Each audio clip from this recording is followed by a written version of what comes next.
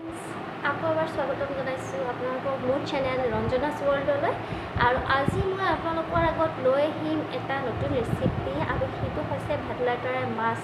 ভেদাইলতাৰে মাছটো খাইছে আগতে, আৰু আজি ময়ো বনাই দেখাওঁ আপোনালোকক। যদি এনেকৈ মই বনোৱাৰ নিচিনাকৈ খাইছে তেতিয়াহ'লে ক'ব মোক কমেণ্ট বক্সত, আৰু যদি খোৱা নাই তেতিয়াহ'লে খাই চাব, ট্ৰাই কৰিব। বহুত ভাল লগা এটা টেষ্টি ৰেচিপি। আৰু তাৰ কাৰণে মই লৈছোঁ ভেদাইলতা লৈছোঁ। এয়া ভেদাইলতাখিনি সেই হৈ গৈছে মোৰ, মানে আলুতে অকণমান কি হয় নষ্ট হৈ গৈছে অলপমান। কালিয়ে বজাৰৰ পৰা আনি থৈ দিছিলোঁ, কিন্তু তাক মই ব্যৱহাৰ কৰা নাছিলোঁ, আৰু সেইকাৰণে অকণমান নষ্ট হৈছে। মই এই ভেদাইলতাখিনি এতিয়া মই হেৰিত দিম, মিক্সিত দিম, আৰু ইয়াক মই গ্ৰাইণ্ড কৰি ল'ম। তাৰপিছত একেলগে চাওঁ ভিডিঅ'টো। খিনি মই এনেকৈ সৰুকৈ এনেকৈ কাটি ল'লোঁ, অকণমান মিহি কৰি আপোনালোকেও কাটি ল'ব। আৰু তাৰ লগত মই মিক্স কৰিম কেইটামান জলকীয়া আপোনালোকে নিজৰ সোৱাদ অনুযায়ী ল'ব পাৰে, কাৰণ মোৰ বাচ্ছা আছে কাৰণে মই তেনেকৈ জলকীয়া ব্যৱহাৰ নকৰোঁ। মই মাত্ৰ 2টা জলকীয়া, কেঁচা জলকীয়া ইয়াতে দিম। আৰু ইয়াৰ লগত দিম মই আদা আৰু নহৰু।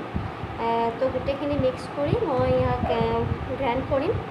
আৰু আপোনালোকেও এনেকৈ সৰুকৈ ভেদাইলতাটো কাটি ল'ব পাৰে, কাটি লৈ মিক্সিত দিব। আৰু যদি পিছোতে অলপ প্ৰব্লেম হয় তেতিয়া ইয়াত অকণমান পানী এড কৰি একেলগে গ্ৰাইণ্ড কৰিব। হেল্ল' ফ্ৰেণ্ডছ, এয়া দেখিছেনে মোৰ ভেদাইলতাখিনি মই পিচি ল'লোঁ, গ্ৰাইণ্ডাৰত পিচি ল'লোঁ। লৈ আপোনালোকে এই যে হেৰিটো মানে এই বস্তুটো আপোনালোকে ইয়াৰ ষ্টাফিংখিনি এনেকৈ ৰসটো উলিয়াই লৈও ইয়াক বনাব পাৰে এই ৰসটোৰে। কিন্তু মই গোটেই মানে অল পাৰ্পাছ গোটেইখিনি দি দিম মই ইয়াতে। চ' সেনেকৈ বনাম মই। আপোনালোকে নিজৰ সুবিধা অনুযায়ী যেনেকৈ ভাল পায় খাবলৈ তেনেকৈ বনাব পাৰে। এণ্ড ইয়াত মই জলকীয়া 2টা দিছোঁ, আদা নহৰু আৰু ভেদাইলতা পাতখিনি মিক্স কৰিছোঁ, আৰু একো দিয়া নাই। এতিয়া আহক বনাম।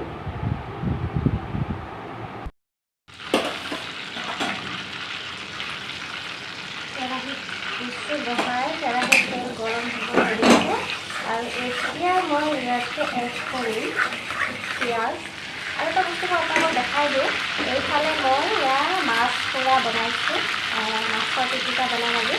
তো এইফালে মাছটো মই ভালদৰে চাফা কৰি মানে ধুই লৈছোঁ, কিন্তু ইয়াৰ মই বাকলি বা ইয়াৰ বস্তুবিলাক উলিয়াই লোৱা নাই। আমি এনেকৈ মাছ পুৰি লওঁ।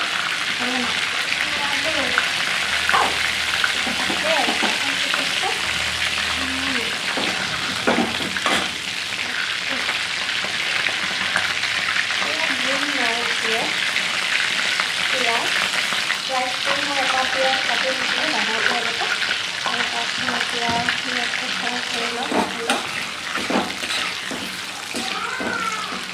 আৰু একেলগে ইয়াতে এড কৰিম মই অকণমান ফোৰণ।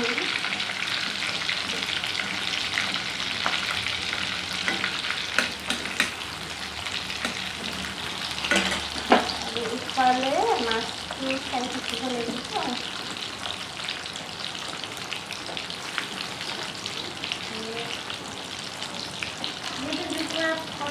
নাই মোৰ তাত সুবিধাটো, সেইকাৰণে মই মাছৰ পিটিকা বনাব লাগিলে, মাছ কৰিব লাগিলে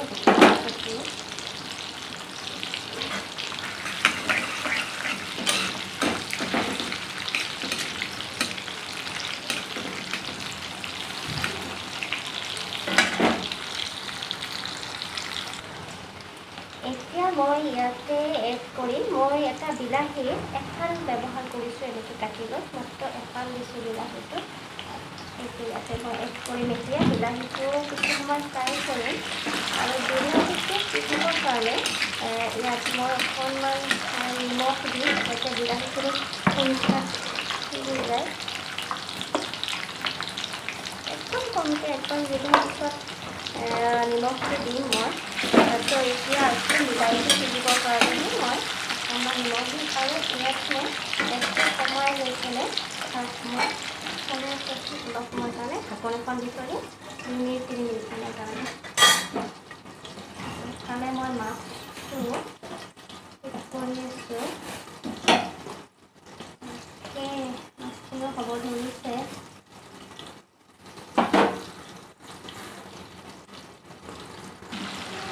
গাইজ বিলাহীখিনি সিজিব লৈছে, ইয়াত কোমল হৈছে দেখিছেনে এইটো। এতিয়া মই ইয়াতে দুটা আলু, দুটা অলপ ডাঙৰ আলু এনেকৈ সৰু সৰু টুকুৰা এই চাইজত কাটি থৈ দিছিলোঁ।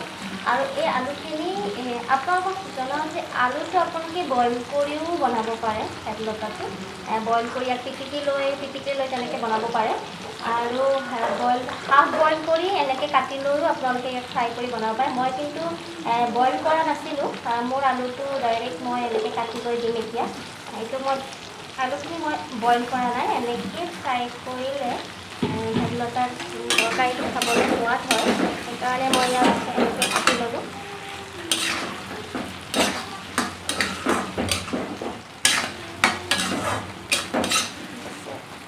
এতিয়া আলুখিনি মই সিজিব দিম আৰু ইয়াত মই অকণমান ইয়াত সোৱাদ অনুযায়ী নিমখ এড কৰিম।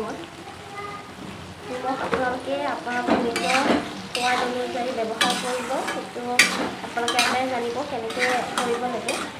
আৰু যদি আপোনালোকে বেছি পানী খায়, তেতিয়া জোল খায়, তেতিয়াহ'লে আপোনালোকে তাত জোল যেনেকৈ যিমানখিনি নিমখ লাগে তেনেকৈ কৰিব। আৰু যদি অলপমান কমাই ৰাখে তেতিয়াহ'লে তাত তেনেকৈ ব্যৱহাৰ কৰিব। মই ইয়াতে সোৱাদ অনুযায়ী যিহেতু মই ইয়াত পানী ডেৰ গিলাচমানহে ঢালিম, তো মই নিমখটো ইয়াৰ অনুপাতে দি দিছোঁ। এতিয়া মই এইখিনি ভালদৰে সিজিবৰ কাৰণে আলুখিনি সিজিবলৈ মই ইয়াত ঢাকোনখন ব্যৱহাৰ কৰিলোঁ। আৰু ইয়াক মই কম জুইত 5-10 মিনিট এনেকৈ সিজিব দিম। ঢাকোনখন দি সিজিব দিম। ফ্ৰেণ্ডছ, 5 মিনিট হৈ গৈছে। এতিয়া মই চাই ল'লোঁ, অলপ অলপ সিজিব ধৰিছে আলু সিজিব ধৰিছে। ইয়াত মই কি কৰিম, অকণমান জিৰা দিলে ভাল লাগিব। জিৰা পাউডাৰ, জিৰা পাউডাৰ দিম ইয়াতে। জিৰা পাউডাৰ অকণমান দিম ইয়াতে। ইয়াত মই আধা চামুচমান জিৰা পাউডাৰ দিছোঁ। মাছটো কিবা এটা গণ্ডগোল লগাইছে, মাছৰ পৰা পানী ওলাই গৈছে আৰু গেছটো। এতিয়া মই ইয়াত জিৰা অলপমান দিব আৰু মই একো বেলেগ মছলা দিলোঁ। আদা নহৰু অলৰেডি মই পিচি লৈছোঁৱেই। আদা নহৰু মিক্সিত দি লৈছোঁ, পিঁয়াজ দিলোঁ, বিলাহী দিলোঁ।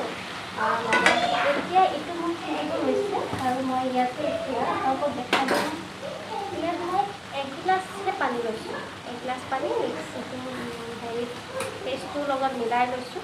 আৰু এইখিনি এতিয়া মই গেছটো অলপমান বঢ়াই দিলোঁ, সেইকাৰণে ইয়াত বঢ়াই আৰু মই ইয়াত একদম পানী এড নকৰোঁ। 1 গিলাচ পানীৰে যি হয় সেইটোকে মই বনাই দিম। আৰু দেখিছেনে ইমান ধুনীয়া দেখিবলৈ হৈছে কালাৰটো। ফ্ৰাই আলু কৰি ল'লে আপোনালোকৰ বেছি ভাল লাগিব। আলুটো ফ্ৰাই হ'লে বেছি ভাল লাগে, সোৱাদ হয় খাবলৈ। আৰু বইল আলুটো সোৱাদ হয়, তথাপিও আপোনালোকৰ ফ্ৰাই আলুটোৱে বেছি ভাল লাগিব।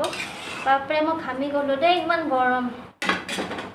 এতিয়া কি কৰিম, মই এনেকৈ ঢাকি দিম আৰু কিছু সময় গৰম হ'ব দিম, উতলিব দিম। তাৰপিছত মই ইয়াত মাছটো এড কৰিম। আৰু ইফালে মোৰ পোৰা মাছ দুটা অলৰেডি হৈ গৈছে আৰু এইটো লাষ্ট 3টা বনাইছিলোঁ মই।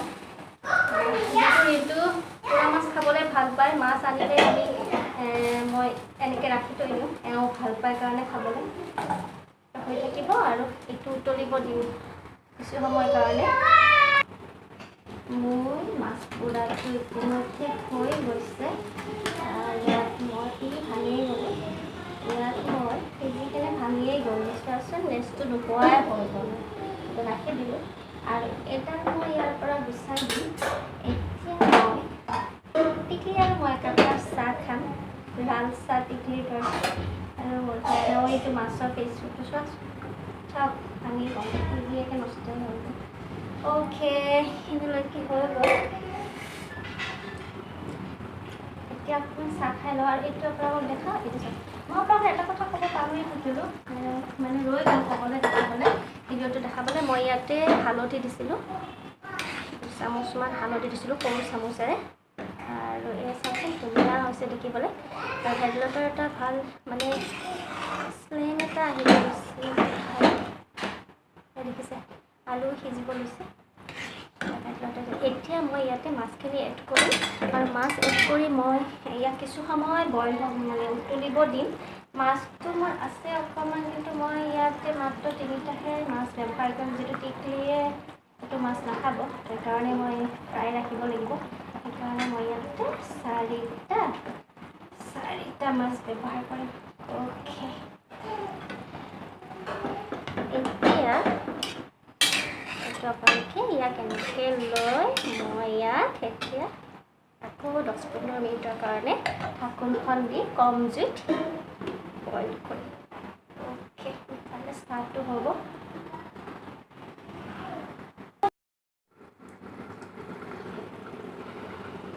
মাছখিনি উতলিব লৈছে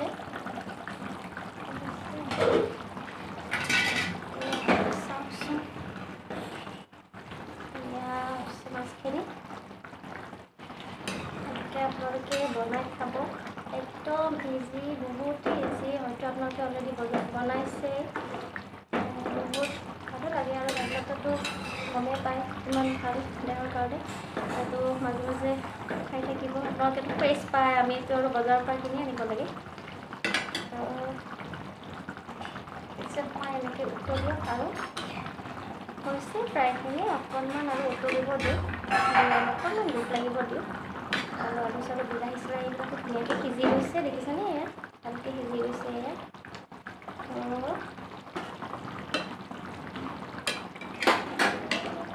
অকণমান গেছটো বঢ়াই দিছোঁ অলপমান উতলিব দিম আৰু ইয়াত ঢাকন নিদিওঁ মই আৰু এতিয়া উতলিব দিম আৰু হৈ যাব তেনেকৈ তাৰপিছতে চাহকাপত খাই দিওঁ চাহটো ফেভাৰেটে মই ভেদাইলতা মাছটো মোৰ হৈ গৈছে ধুনীয়াকৈ এতিয়া ইয়াক মই ছাৰ্ভ কৰিম আৰু ফ্ৰেণ্ডছ আপোনালোকে যদি মোৰ চেনেলটো এতিয়াও ছাবস্ক্ৰাইব কৰা নাই তেতিয়াহ'লে প্লিজ ছাবস্ক্ৰাইব কৰিব আৰু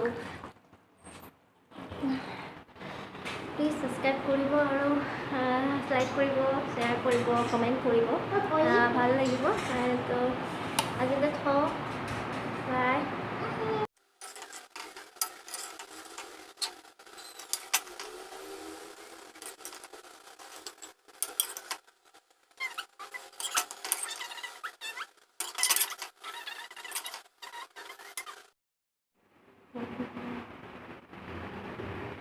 Wow, how tasty! No?